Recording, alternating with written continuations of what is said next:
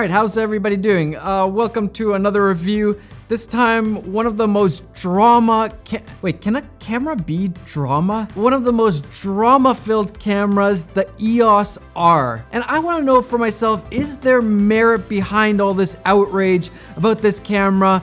Or are people just looking at the specs and they're just assuming things? That's really what I want to know. And disclaimer right away, I have been a Canon user since the beginning. The first camera that I bought was a Canon, and I've been using Canons for the majority of my career, but I've tested all sorts of cameras. I have a Sony, I've tested the Fujifilm, I've used the Panasonics a lot, I've used the Olympus cameras, Reds, I've used a lot of different cameras, but I have used Canons the most, so I do like Canon. And also I did get this camera for free from them, but I didn't get paid, but they did give me this for free to test out so I could really see what this camera is all about. I really appreciate that. Thank you so much, Canon Canada, for giving me this camera. So that's my disclaimer. Think what you want of that. Now let's get back to the drama. So a lot of people are saying that this camera is just like so far behind in specs, just so far behind in technology.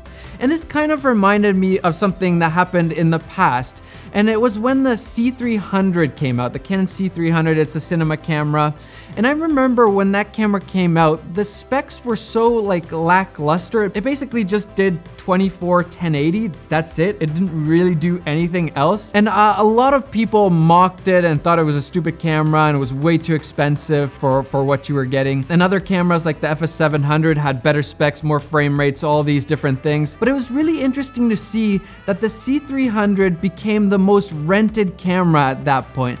Everybody was using it. If you were kind of like lower mid-level documentary style, everybody was using the C300, and that's because the image was just so nice. As soon as you looked at that image, you're like, this camera is worth it. This camera is really good. And that's actually one of the reasons why I bought the C300 Mark II later on, is because the image is just really nice. The pros could see the difference in the images and they could see that the C300 had a really nice image.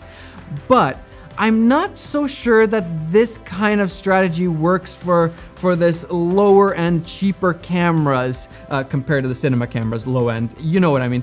I'm not so sure that people care as much about the look as they do about specs. They want to see frame rates, they want to see 4K, all of that stuff. And this camera just isn't one of those cameras. It is not a specs heavy camera, but is there a difference between the image in this camera and other cameras like the Sony a7 III, for example? Okay, so now let's get into the actual review. This camera is very different from any Canon camera I've used up until this point. It even took me a little bit of time to kind of figure out what was going on, how to change the settings, all of that stuff. I feel like Canon is really trying to create a new system and kind of trying to innovate their cameras, putting all these little interesting features. For example, the touch bar, which I'm a little bit skeptical about still, but it has this little touch bar instead of a wheel there that you can map to different settings like ISO or your aperture or whatever you want. And then even more cool, I think, is this lens ring system. So all the new lenses have this little ring that you can again map to for your ISO, your f-stop, all these different things. So it's one more way that you can kind of adjust your settings. You know, you have your zoom, your focus, and now you have this little wheel here. So that's pretty interesting. I kind of like that. And even though they're kind of making this whole new system, I like that you can also put your normal EF lenses on here using these adapters. And again, you have that little ring system here in the adapter, so you can map that to different functions, which is really great.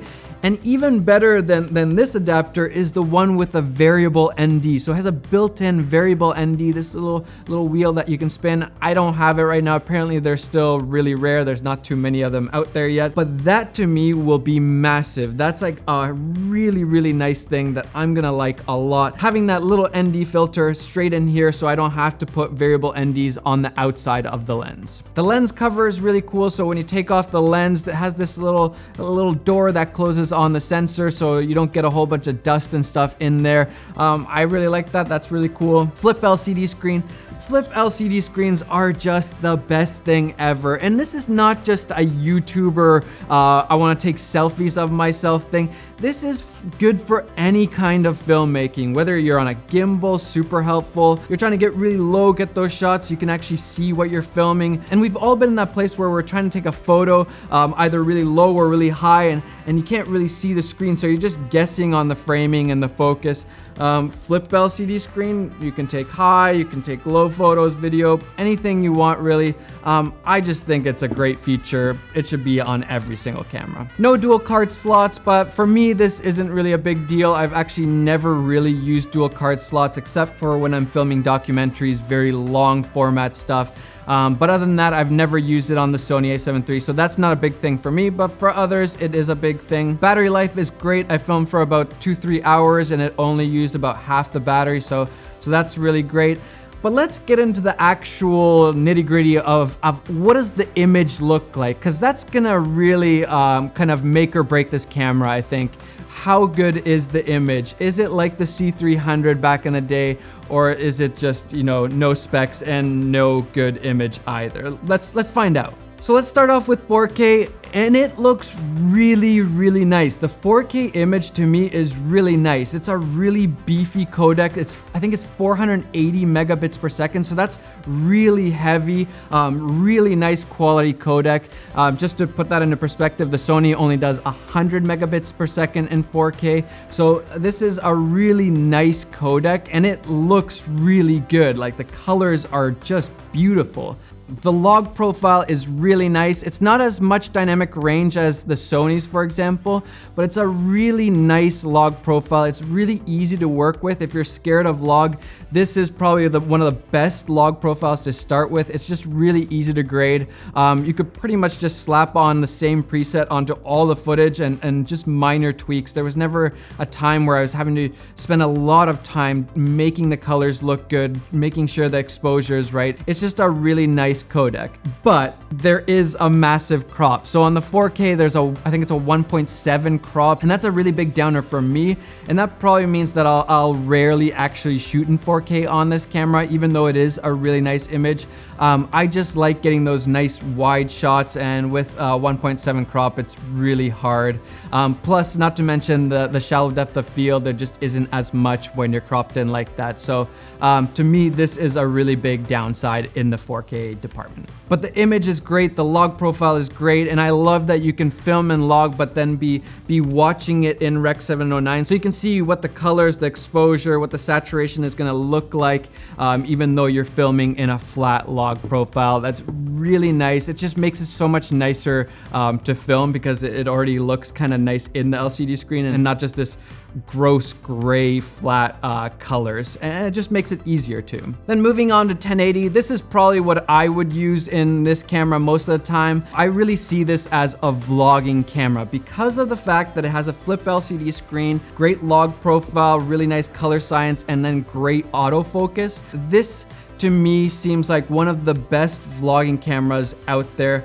And the image in 1080 is really nice again. I really enjoyed it. It was really easy to color grade. The colors are nice. There again isn't as much dynamic range as on the Sony a7 III, for example, but it's way more than on the 1DX2 or on the 6D Mark II that I've been using a lot for vlogging. So this is a really nice image, and again, it's a really high bit rate. So the 60 frames per second is at 180 megabits per second, and then I couldn't find it online, but I tested it, and the 24 was exactly half that, so it's at about 90 megabits per second. So that's again a really high quality codec, because that's 1080, so it's a lot smaller frame, versus again the Sonys only do 100 megabits per second for 4K, which is a lot bigger frame. So the image on this camera is really nice. Like, when I'm looking at the footage, the colors just really look nice, and it didn't take a lot of work to get it there. This was one of the first times that I actually filmed on the camera, so I'm kind of new to it. It's the first times using it, and right away I was able to get really nice colors out of it, versus the Sonys. It takes a while to kind of figure out, okay, this is what you gotta do to make the image look nice, make the colors look natural. And also, I think that people really underestimate 60 frames per second. It is a really nice frame rate to use. I like it. Now, I do wish that this camera could do 120 and 1080. That would be like amazing, but it can't. but I can do it in 720, so I decided to test that out also. And nothing super interesting here. It's not that good of a codec. There's a lot of aliasing and moire that happens, but it's usable. You can definitely use it at times. It looked pretty nice even in 720, but the big downside is that the autofocus doesn't work in 120 frames per second when you're in 720, so that sucks. That kind of, you know, that really ruins it for me. So I really wouldn't use the 120 frames per second at all. Yeah, it's not that good on this camera. Then some other stuff, there's no IBIS, there's no built-in in-camera stabilization, but there is digital stabilization, and there's two different modes. There's just the normal one and then enhanced, and I find that the normal one is actually really nice. It does crop in a little bit, but it's really nice. I find it cuts out a lot of that little micro jitter, which is really the ugly stuff. The enhanced one I don't think is very good. It's crops in even more. It's soft, and then it has these kind of weird blurs from the shake. I wouldn't use that one at all, but I would definitely use the normal digital IS probably all the time, even just to cut out those micro jitters. And I even did a little test showing from full frame, no image stabilization, just the biggest crop it can go, and then all the way to 4K with enhanced stabilization. And you can really see how far it crops in when you add all that up. So it's really interesting to see the full frame, and then 4K is already cropped, and then adding more stabilization to that, it gets more cropped. Yeah, just, I don't know, found it interesting. And one thing I want to say, I thought that this lens, the Canon EFS 17-55 was gonna be a really good lens for this camera. I heard this camera could take EFS lenses. This lens is really underestimated, I think. It's a really nice range, 17-55, f2.8 all the way through, and it has IS, image stabilizer built in. So I thought this is gonna be a really good lens, but then I put it on there and then I realized that there was this crop going on. So what it does actually is EFS lenses are only made for crop sensors, so it actually crops in for you, and then that's how I found out that you can actually enable a crop on any lens, so you can punch into the sensor essentially and make it into this crop mode. So for example, on my 16-35, this lens, if I crop in, it essentially becomes like a 27-60 mil, so that's really interesting, and other cameras have this, but I am glad that they enabled that in camera, so you can choose to have that crop or not to. But it does make this lens a little bit less useful because then 17 isn't 17 nice and wide. And also something that's kind of weird is you can't do 60 frames per second in 1080 with an EFS lens. I'm not sure why that is, but you can. And I wanted to test out, is there a quality loss when you enable that crop in 1080? And it looks like there's a little bit of a quality loss, but then more importantly, you actually lose some of the depth of field because you're essentially making it a crop sensor. So that was something kind of interesting that I tested. So there is maybe a little bit of a quality loss, but it's kind of hard to say. At times it didn't really look like it, and at times it did kind of look like it. But yeah, I would actually use this little punch-in feature if I want to get a little bit more zoomed in shots and I only have, for example, my 16-35 with me. The camera can also do 422 10-bit externally, so if you have a recorder, that's a really nice codec, so I'd love to test that out more. I can't say anything because I don't have the recorder to test that with. And then another really nice feature, which is really small, is that while you're in playback, you can actually scrub through the clip. So there's so many times where I'm on the 1DX2 and I'm watching the slow-mo, and it's just like so painful to find the right spot to check that the clip looked good. But here you can just touchscreen scrub through. I really like that actually. And if this camera did 1080, 120, that would be a great feature. But even in 24 or 60p, it's really nice to just be able to scrub through really quickly. And then I did a little color comparison between this camera, the EOS R, the Sony a7 III, the Fujifilm X-T3. I just wanted to see what do the colors look like, and I gotta say Canon's color science is just super nice. It's just really nice out of the box. It still, I think, is the king of color science with these mirrorless DSLR cameras, so you really can't go wrong there.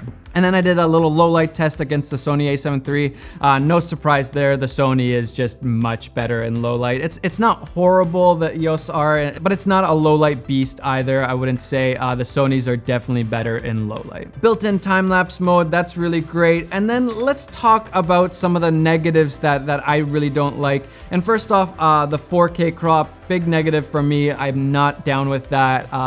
Yeah, it just really sucks that it has that crop. The touch bar, the more I used it, I actually don't really like the touch bar. I would often just accidentally hit it and then change settings. You can do this like kind of lock thing, but then you have to, you know, unlock it and then use it. So to me, that wasn't super good, but I did like the ring much better. Works much better than the little touch bar. Maybe I'm not used to it yet, but I just didn't think the touch bar was super good. No IBIS, no 120 and 1080, and then no autofocus in 120 and 720 if you did want to use that. Those are probably the biggest negatives. The real question is, who is this camera for? And it's a little bit harder to place, I think. It's not an obvious fit for this filmmaker or that filmmaker.